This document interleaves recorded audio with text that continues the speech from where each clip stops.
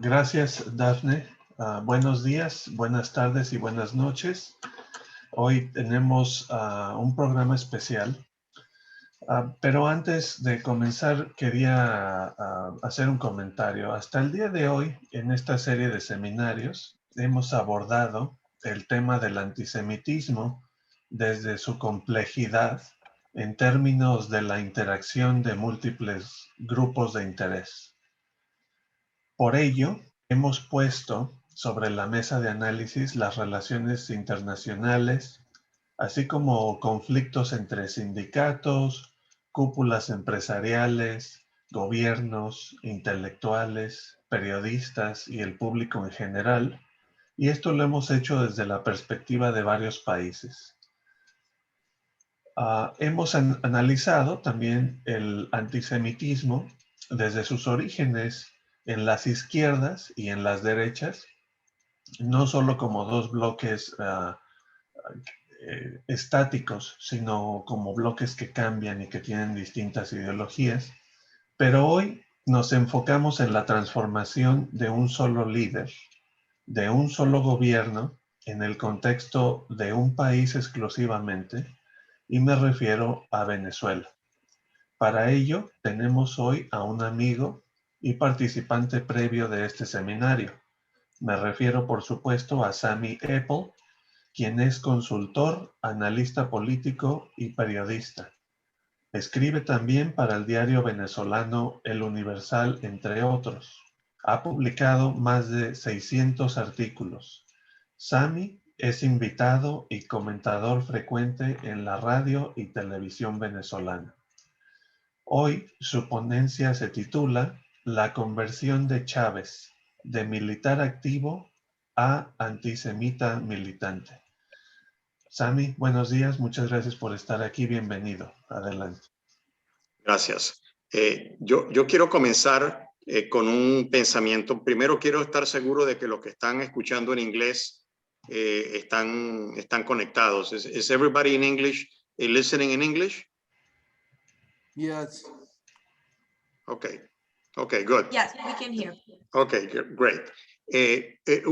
Una reflexión. Todos los que tenemos hijos o nietos sabemos que los niños nos quieren de manera natural. El amor es natural, pero el odio tiene que ser aprendido. El odio tiene que ser enseñado. De eso vamos a hablar hoy. ¿Cómo se enseña el odio? Segundo, hablando de la comunidad judía venezolana, esto es un pequeño paréntesis de 3 minutos antes de entrar en la presentación en sí. Yo siempre me pregunto, y le pregunto a todos ustedes, ¿por qué una comunidad como la comunidad venezolana, la comunidad judía venezolana, me refiero, tuvo en el año 1999 que organizar una oficina de información con 4 profesionales, manejado por uno de los profesionales, nada más y nada menos, tenía un máster en relaciones internacionales, en ciencias políticas. ¿Por qué? Este grupo monitoreaba, la razón del grupo era monitorear a los entes del Estado y sus agentes de información, sean del Estado o sean afines al Estado, fuentes abiertas. Aquí no había ningún asunto de inteligencia, fuentes abiertas, porque el torrente antisemita era de tal magnitud en internet, en radio, en televisión y en prensa, que había necesidad de tener 4 personas profesionales monitoreando permanentemente esto. ¿Qué país supuestamente democrático necesita que una comunidad judía tenga que defenderse de esta manera? Sin embargo, hubo que hacerlo. Esta misma grupo de personas que monitoreaban hacían también reportes, obviamente. Esos reportes eran llevados por abogados de la comunidad a los entes jurisdiccionales para denunciar, o sea, con pruebas en la mano. No era simplemente, y también se hacía de manera privada. No se hacían ruedas de prensa, armar un escándalo, etcétera, etcétera. Entonces, se llevaba toda la información con las pruebas en la mano,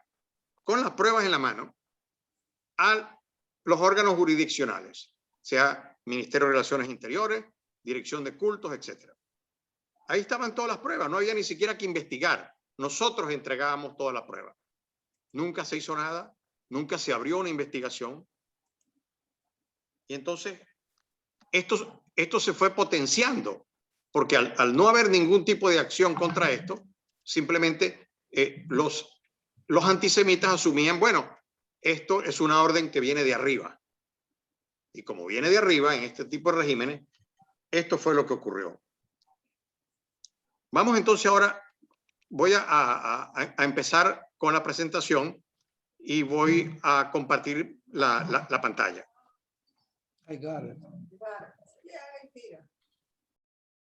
¿Ok? Entonces, esto se llama la conversión de Chávez. La conversión de Chávez de militar activo a antisemita militante. En el diseño me ayudó Daniel Benaim. Chávez. Tammy, you're not sharing. I'm not sharing. Oops. I thought I was sharing. Oh man. What am I doing wrong now?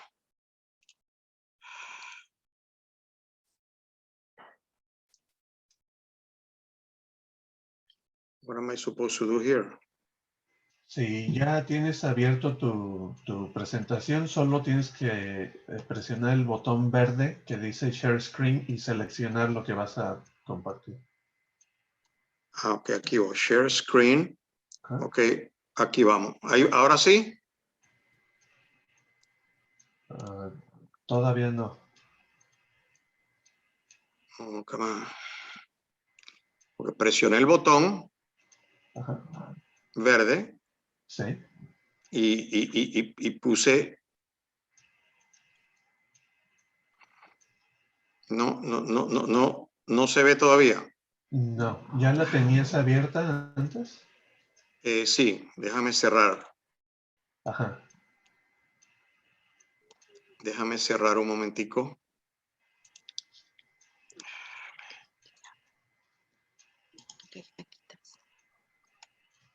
¿Dónde está mi presentación aquí?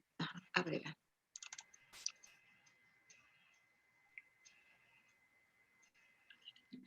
Ya va, un segundito. Sí.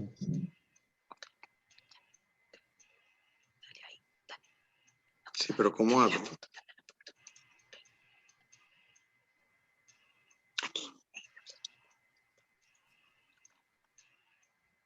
Ajá, vamos a ver ahora.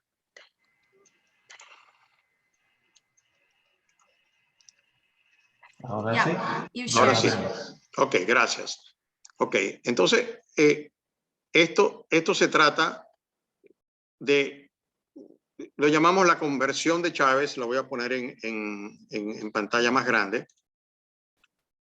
para que se vea una presentación. Come on. Aquí está. ¿Se sigue viendo? Ok, good. La conversión de Chávez de militar activo a antisemita militante.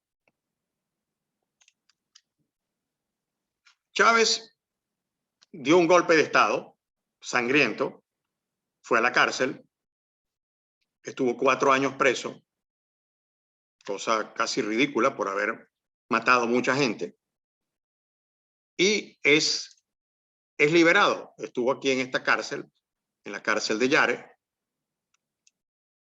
y entonces el primer acto ocurre en el año 1994. En el año 1994 es cuando Chávez es liberado. Él estuvo preso del año 89 hasta el 1994. los comunistas lo llevan a Cuba, donde él es recibido en la escalerilla del avión abajo por Fidel Castro y ovacionado en el Teatro Nacional de Cuba como un héroe. 1994. Los fascistas lo llevan a Argentina, donde, entre otras personas, él conoce a Mohamed Ali Zeneldín, comandante de las fuerzas argentinas en las Malvinas, jefe de los Carapintadas, de los fascistas militares de Argentina. También conoce a un personaje siniestro, que es al que me quiero referir en particular, porque este es el maestro, Norberto Ceresole.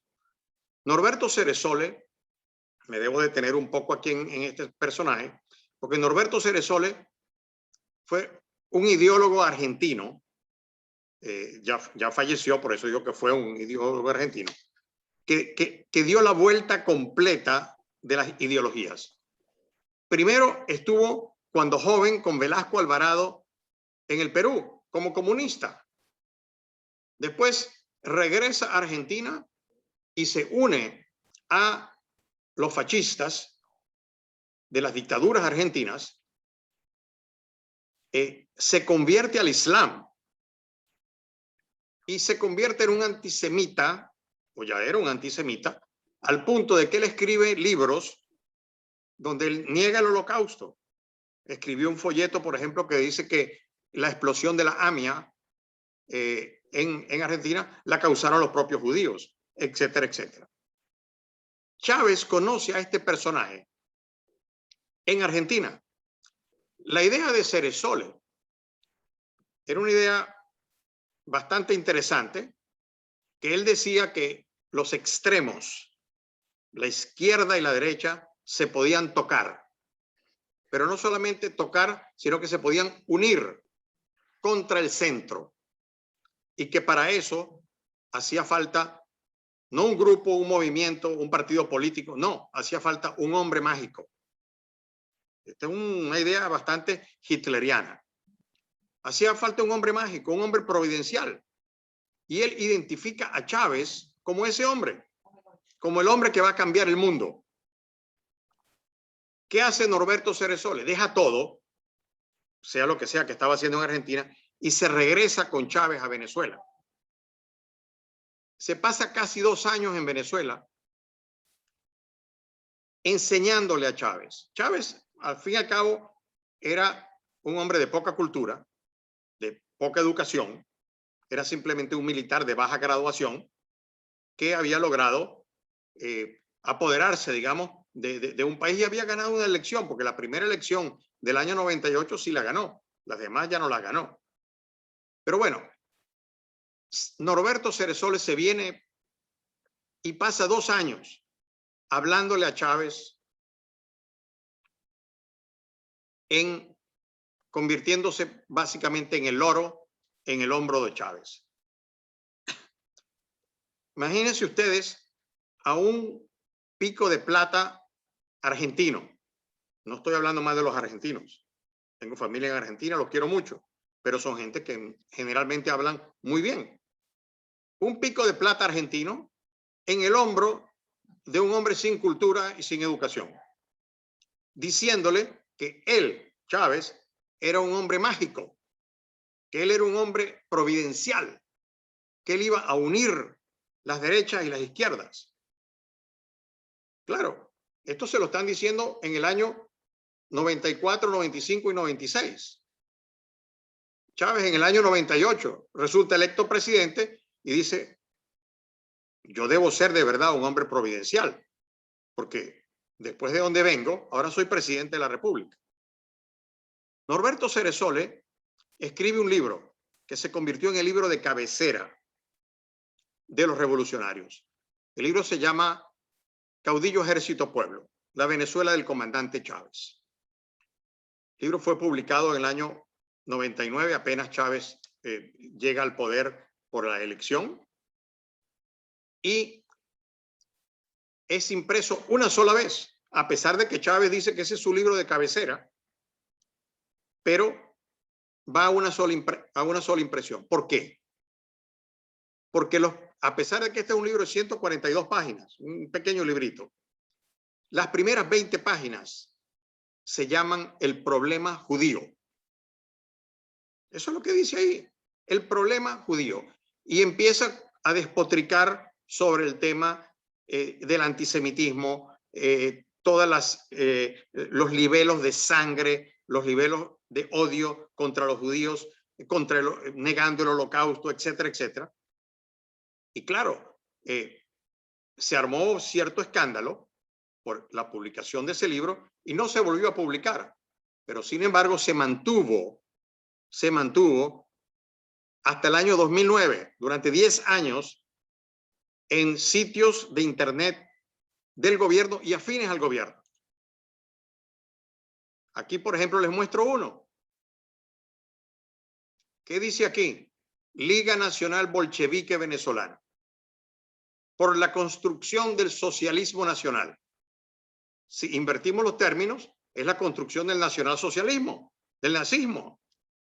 De un lado está la águila aplastada de los alemana, y del otro lado está lo que parece ser una bandera nazi roja con el círculo blanco, pero en vez de tener la svástica, tiene la hoz y el martillo. Entonces está clarito lo que ese personaje nos estaba diciendo y lo que él estaba enseñándole a Chávez. Esta fue su enseñanza para Chávez. Debo decir que el pueblo venezolano nunca fue antisemita, ni creo que lo sea hoy en día tampoco. Esto se trata de una situación puntual específica. Por eso es que es digno de estudio. Ceresole sale en revistas, etcétera, y aquí están algunas de las publicaciones de él: la falsificación de la realidad, la cuestión judía de América del Sur, el nacional judaísmo. O sea, el hombre verdaderamente un personaje venenoso en Latinoamérica y posiblemente en el mundo. Ahora viene el segundo acto. El segundo acto ocurrió un año antes, en el año 97. En el año 97, Chávez decide que él va a ser candidato presidencial. Y se le unen dos fundadores del Partido Comunista de Venezuela. Uno se llama José Altagracia Ramírez Navas, el otro se llama Luis Miquelena. Ahora bien, ¿cómo llamaría un fundador del Partido Comunista Venezolano a sus tres hijos varones? Obviamente, Vladimir, Ilich y Lenin. Fueron sus tres hijos varones, así lo nombró. El más famoso de estos fue este señor, Ilich Ramírez, alias el Chacal. El famoso Chacal que mató 82 personas en actos terroristas en Europa solamente, y que está preso hoy en día en Francia. Entra en escena en el año 97 y ya vamos a ver por qué entra en escena este hombre. Aquí está otra foto de él. La razón de que él entra en escena es porque sus familiares logran que él, con las conexiones que él tenía con los gobiernos musulmanes radicales, por ejemplo, el de Gaddafi, el de Saddam Hussein, el de Siria, él logra financiamiento para la campaña de Chávez. Y ahora vamos a ver cómo se hizo eso. Entonces, ese financiamiento luego tiene una repercusión. Luego de que Chávez es inaugurado, en el año 2002, es capturada Ingrid Betancourt, candidata presidencial de Colombia, es capturada por las FARC de Colombia y liberada en julio del 2008, 6 años después. ¿Por qué es esto importante? Porque Chávez monta en cólera cuando Ingrid Betancourt es liberada. Se dice que durante 3 días nadie pudo hablar con él, que él reventó la oficina, tiraba las cosas. O sea, el hombre se volvió. ¿Por qué? Porque él ya tenía arreglado cambiar a Ingrid Betancourt, que además de ser colombiana, también es ciudadana francesa. Lo quería intercambiar por el Chacal. Ya tenía eso bastante adelantado. Y cuando Ingrid Betancourt es liberada, pues para él fue un desastre. Él quería a su hombre, al Chacal, él lo quería de regreso en Venezuela. ¿Cuál fue por qué la reacción de él de esa manera? ¿Y por qué la reacción antisemita tan fuerte a partir del año 2008 que las cosas se pusieron peores todavía? Porque la operación que se llamó Operación Jaque Mate para liberar a Ingrid Betancourt, los sistemas de inteligencia que lograron la liberación fueron de Israel. Entonces, Chávez obviamente montó en cólera porque cómo habían liberado a la presa que él tenía, que le iba a lograr la liberación de su héroe. Que por cierto, debemos decir que la primera carta que se hace del Palacio Miraflores en el año 2009, cuando Chávez asume la presidencia, es una carta críptica al Chacal. Que es una carta difícil de entender. La gente se ha estado rascando la cabeza de que por qué la primera comunicación no fue a Fidel Castro, no fue a Lula da Silva, fue a Carlos Illich el Chacal. ¿Por qué? Él le debía algo a él. Le debía el dinero para la presidencia que él había logrado a través de sus conexiones con dictadores del Medio Oriente. También en el año 97, recordemos que Chávez tenía 2% en las encuestas y tenía que pedir prestado para ponerle gasolina al Volkswagen para poder ir de una ciudad a otra. Nadie lo quería. Era un golpista, era un hombre despreciable y sin embargo 2% en las encuestas. Año 97 y un año después es presidente de Venezuela. ¿Cómo pasa esto? Luis Michelena, junto con Illich Ramírez Sánchez, Carlos, alias El Chacal, que escribió otro más que se había convertido al Islam y que había escrito este libro, El Islam Revolucionario,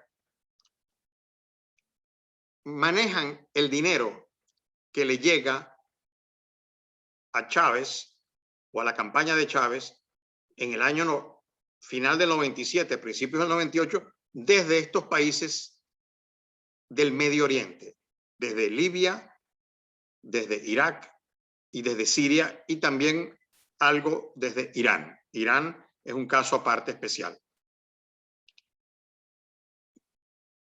La prueba de esto es que el primer viaje que hace Chávez, cuando es electo presidente, primer viaje al exterior me refiero, no es a Cuba. Cualquiera hubiera dicho, bueno, él va a ir a Cuba primero, a ver a su padre adoptivo Fidel Castro. No. Va a ir a Argentina a ver a su...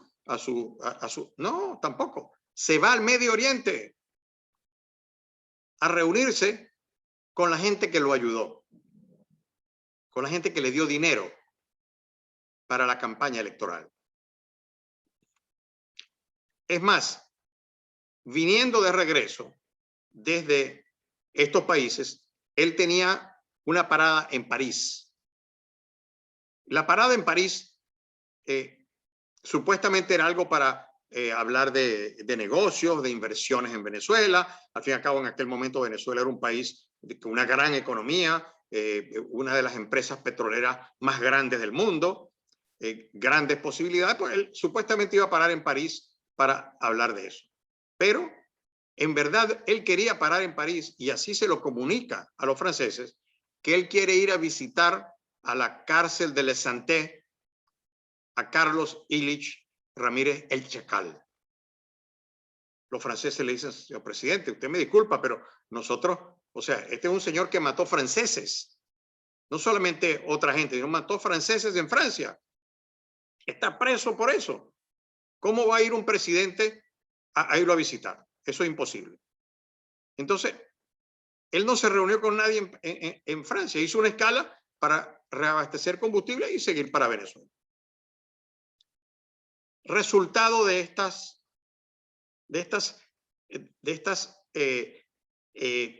reuniones, de estas relaciones tan increíbles. Del año 2006, perdón, al año 2009, ocurren en Venezuela, entre Venezuela e Irán, 150 vuelos, cada uno semanalmente. Una semana iba y venía el 340-200 de Venezuela, que aquí se ve en una tormenta de nieve en Teherán. En Venezuela no hay tormentas de nieve. Y en el otro está el 747 SP de Irán Air en el aeropuerto de Maiquetía. Nunca se supo quién iba, quién venía, qué materiales se manejaban, por qué esos vuelos. 150 vuelos de estos aviones. Bueno, no se podía comprar obviamente un pasaje en esos aviones, eran vuelos secretos. Y mucha gente dice, bueno, pero si eran vuelos secretos, ¿por qué están en un aeropuerto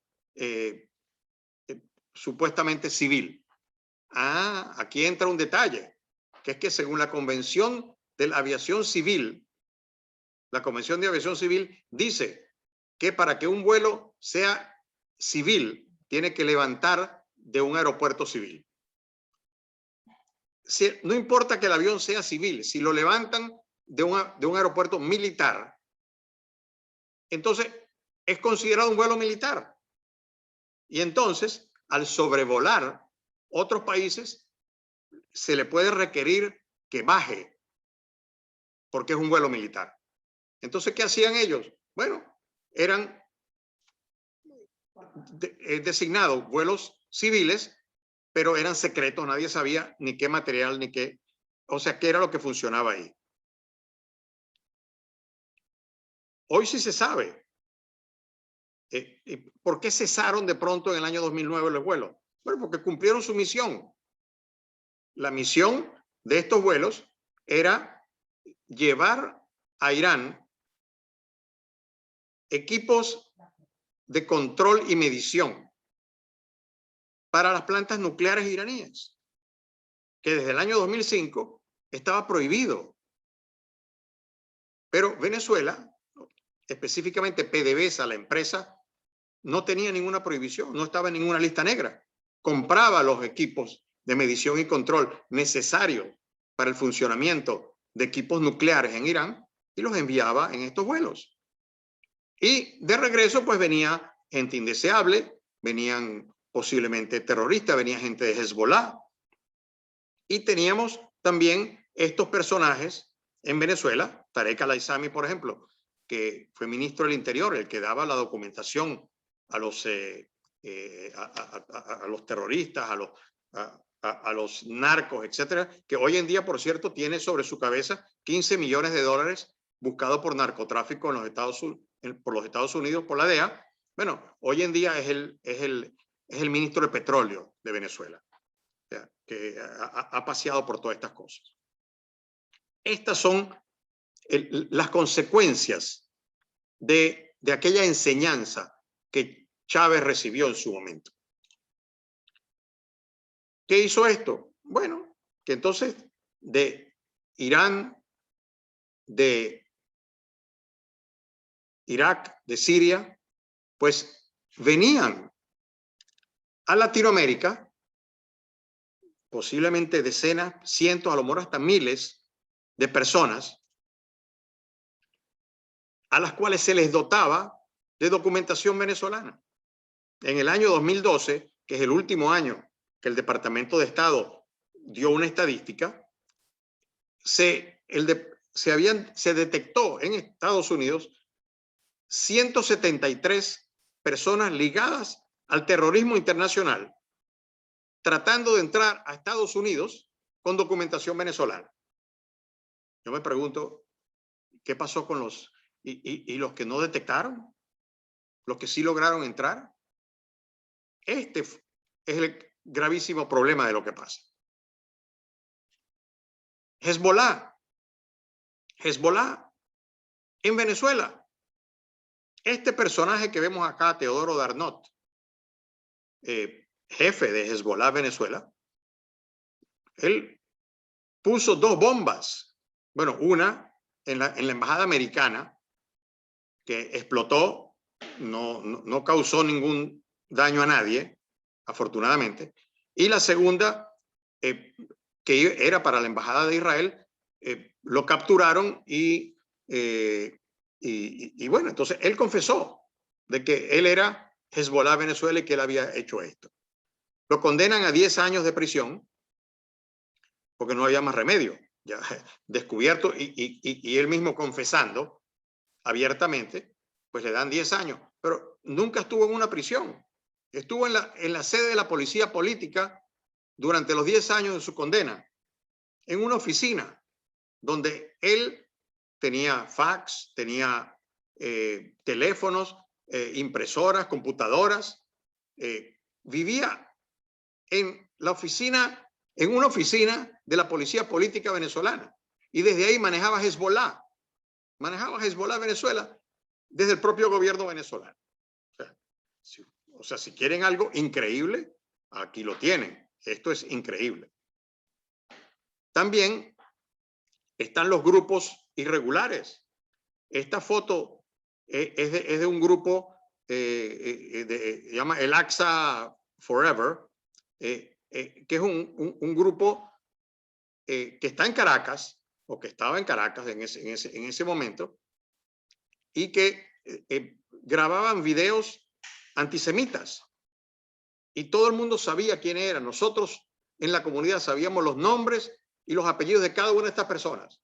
Y se lo entregábamos al gobierno y no se hacía nada.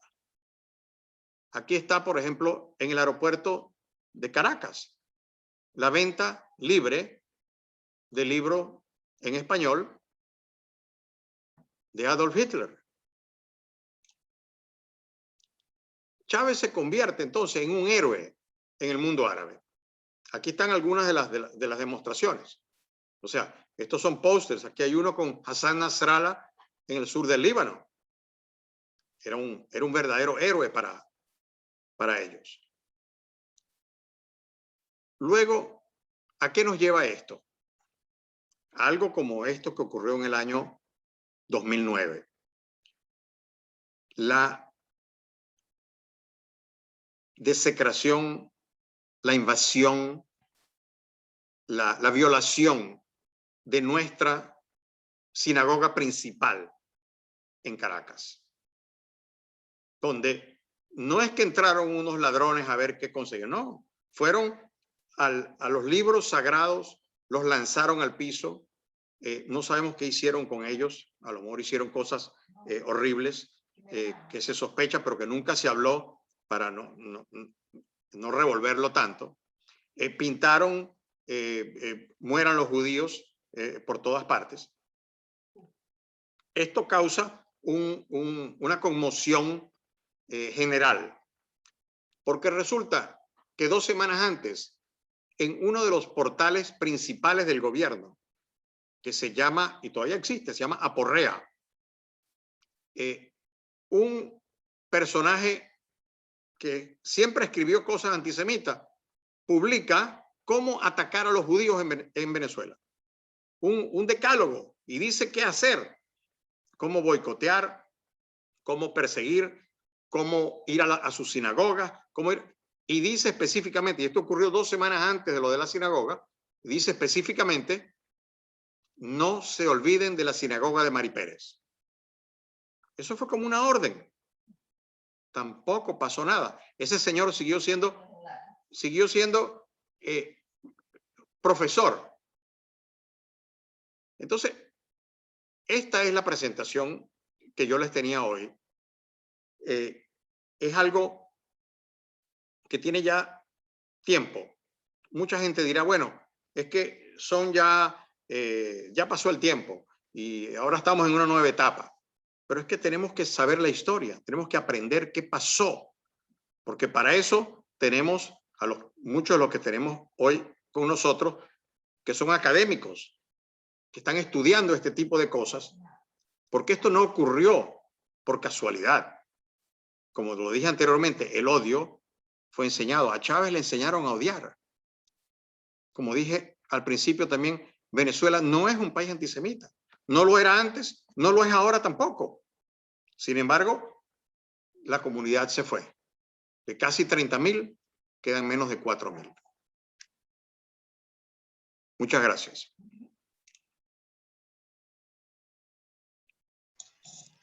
Gracias, Sammy. Gracias por la presentación y toda la información tan valiosa que compartes hoy con nosotros. Invitamos al público a que escriban sus preguntas, por favor, a través del chat y que hagan cualquier tipo de comentarios. Voy a revisar el chat, Sammy, para ver qué tenemos. Claro. Y bueno, yo siempre prefiero leerte las preguntas del público antes que las mías, ¿no? Que cualquier comentario que yo pueda tener. Pedro, just a second.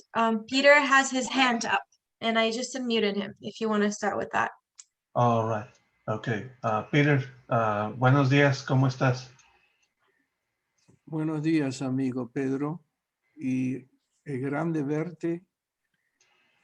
Very well. Sammy, thank you very much for your presentation. I have 3 or 4 questions. First, are the Kirchneristas still involved with the Chavez former government? 2, you indicated there are only 4,000 Jewish people left so far. And 3, if I understood you correctly, there is no, my words, anti-Semitism or etc. in Venezuela. And what is happening on the education to educate students and people about the existence of the Holocaust, concentration camps, etc. And thank you very much for your answering the questions. Ok, gracias Peter. Mira, Sammy, antes de que le contestes, déjame por favor mencionar perfecto. que Peter Sí. es sobreviviente del Holocausto. Es un honor, como siempre, tenerlo aquí y que participe, que nos escuche. Él, su historia es muy conmovedora y ilustra el sufrimiento de muchas personas que tuvieron que emigrar en Europa y bueno, que encontraron distintos destinos aquí en Latinoamérica y ahora en Estados Unidos. Entonces, Peter, como siempre, es un honor tenerte. Gracias por participar. Ahorita damos trámite a tus preguntas. Veo que hay otra persona del público levantando la mano. Entonces, ¿qué te parece, Sammy, si anotas las preguntas? ¿Cómo no? ¿Cómo no? Ok, por favor. Sí, buenos días. Good morning. Thank you for the excellent presentation. I have a question. I had heard a comment to the effect that some of the terrorists who came into Venezuela from countries you mentioned have made their way or planning to make their way into the United States and act as sleeper cells to be at an appropriate time Could you comment on any of these thoughts? Thank you so much. Ok, Sammy, entonces creo que ya podemos empezar. Ok, para Peter, muchísimas gracias por estar con nosotros. Mis respetos. I really like the fact that you're here with us. I appreciate it. Thank you very much. En Venezuela, para resumir tus tres cosas, no existió, ya yo lo dije anteriormente, no existió el antisemitismo. Venezuela fue un país muy generoso, no solamente con los judíos, sino con todos los inmigrantes. Un país muy generoso. Nos permitió no solamente refugio de los que venían, como mis padres o mis abuelos, que venían de Europa, sino que nos permitió a nosotros, jóvenes, formarnos, ir a colegios judíos. La educación judía hoy en día en Venezuela todavía persiste, hay un colegio todavía, pero igual que el resto de la comunidad se ha disminuido muchísimo. Entonces esa es una gran preocupación, porque en un momento teníamos un colegio de más de casi 2.500 alumnos, un colegio en Caracas, un buen colegio, reconocido como uno de los mejores colegios, y hoy en día hay menos de 400 alumnos. Entonces, es una lucha constante de la comunidad, de lo que queda de la comunidad, de mantener la educación judía, de mantener la educación sobre el Holocausto.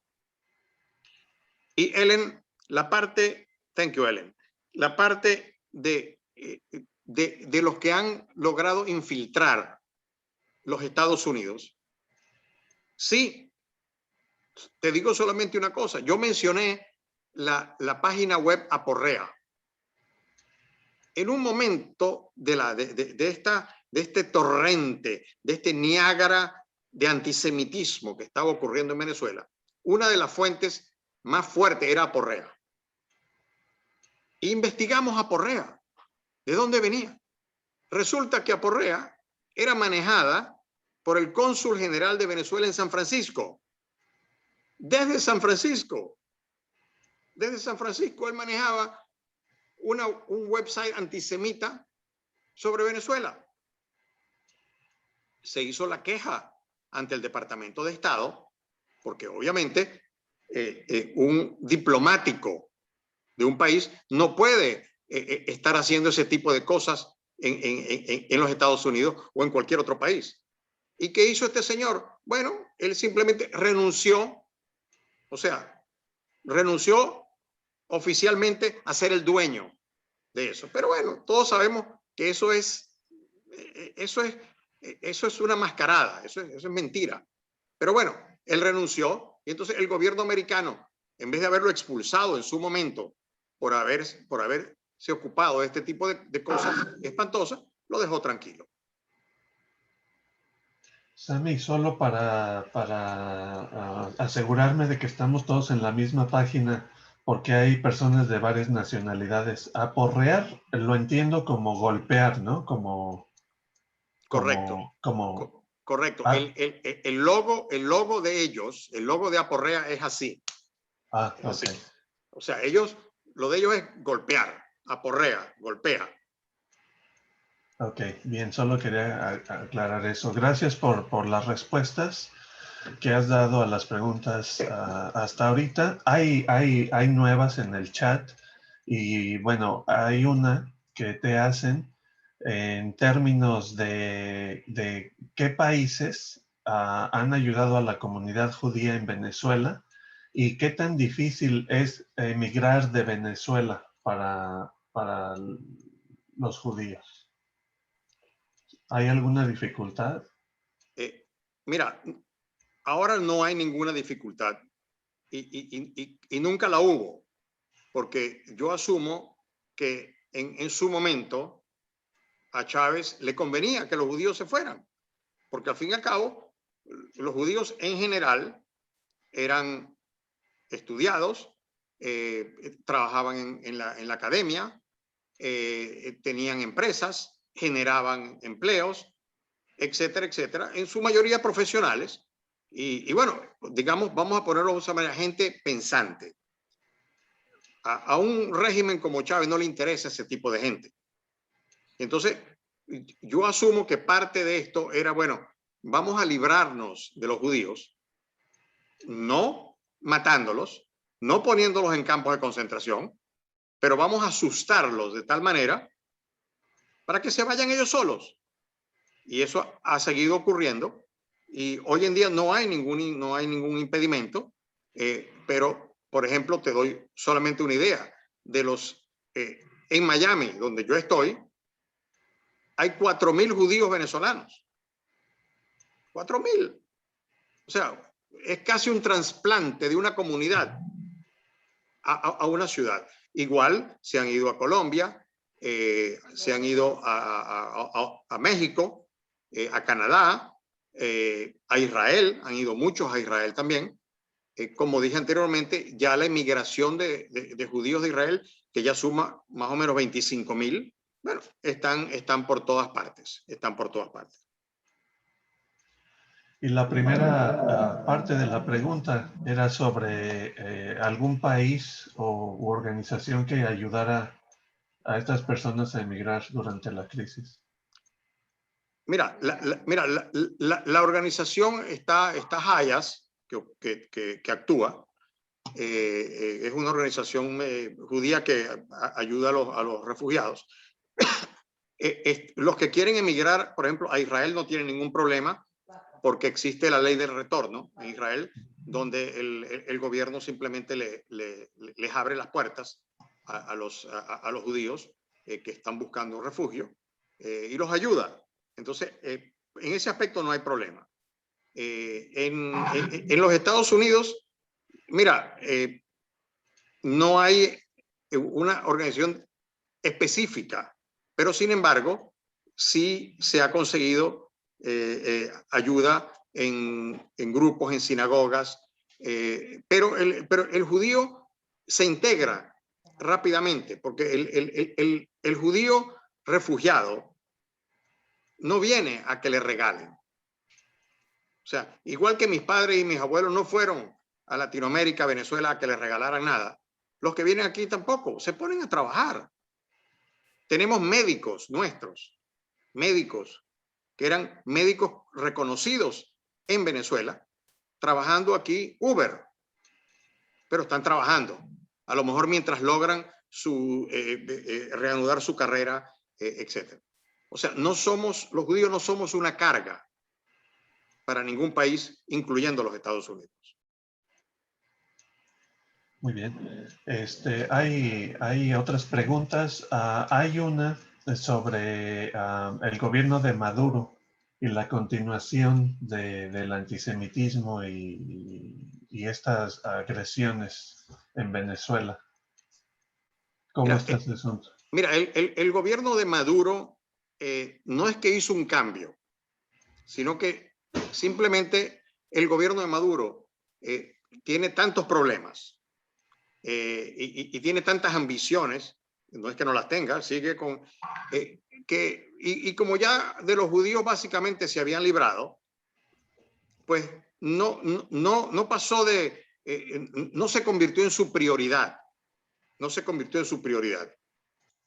Todavía existen grupos antisemitas que son adherentes al gobierno y que todavía publican más o menos, pero por ejemplo, un personaje que en un momento le dieron hasta un programa de televisión en una televisora de las principales de Venezuela, que era del gobierno, se llamó Alberto Nolia. Era un hombre que vomitaba antisemitismo desde que empezaba el programa hasta que terminaba. Ese hombre ya no está. Entonces, podríamos decir que sí ha habido un cambio, pero es porque simplemente ya no hay a quien perseguir. Ok, muchas gracias. Creo que voy a regresar con una pregunta que hizo Peter y se quedó en el escritorio. ¿Cómo no? Él quería saber sobre el kirchnerismo. Tú participaste con nosotros en un panel muy interesante sobre la vida y el legado de Alberto Nisman. Entonces, a lo mejor podrías comentar sobre esa pregunta de Peter. Sí, gracias, Peter. Mira, sí, claro, es verdad, se me había pasado. La relación de Chávez con los otros gobiernos de izquierda o de su ideología en el resto de América es muy conocida. O sea, no solamente Nicaragua, Bolivia y Argentina. Con el kirchnerismo, él tuvo una relación muy, muy íntima. A lo mejor tenía que ver porque su maestro, que era Norberto Ceresole, era argentino.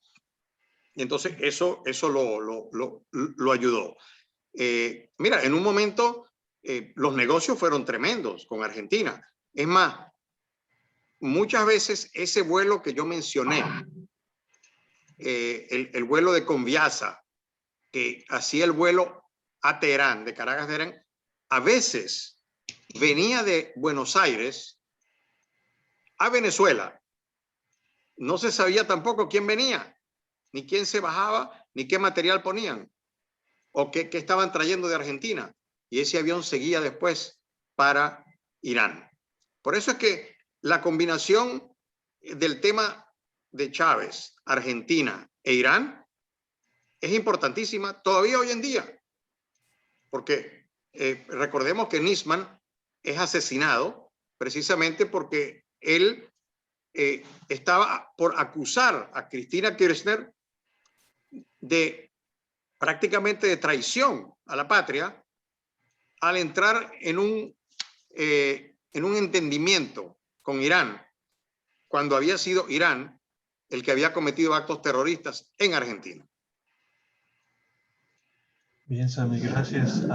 Desde Nicaragua hay otra pregunta que dice si las agencias de inteligencia tienen toda la información sobre las operaciones de Hezbollah, y la estoy leyendo tal cual, en Latinoamérica, ¿por qué no actúan en contundencia? Mira, las redes terroristas, incluyendo Hezbollah, en Latinoamérica, no se dedican necesariamente al terrorismo. Se dedican es al negocio, se dedican es a recabar fondos para sus actividades en el Medio Oriente. Por ejemplo, hay una alianza, y eso es conocida, una alianza de Hezbollah con los carteles de la droga. Es una alianza casi perfecta para ellos. Los dos son organizaciones delictivas, organizaciones criminales internacionales que simplemente se juntan para ayudarse unas a otras. Yo lo he dicho muchas veces y lo repito aquí.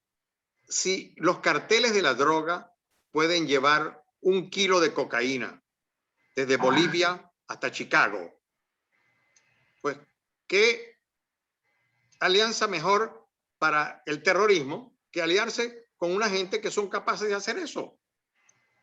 A mí no me sorprendería para nada de que existan elementos de este tipo en los Estados Unidos.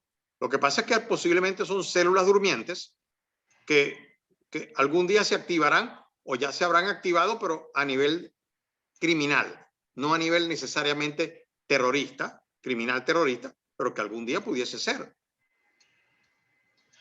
Muy bien, gracias.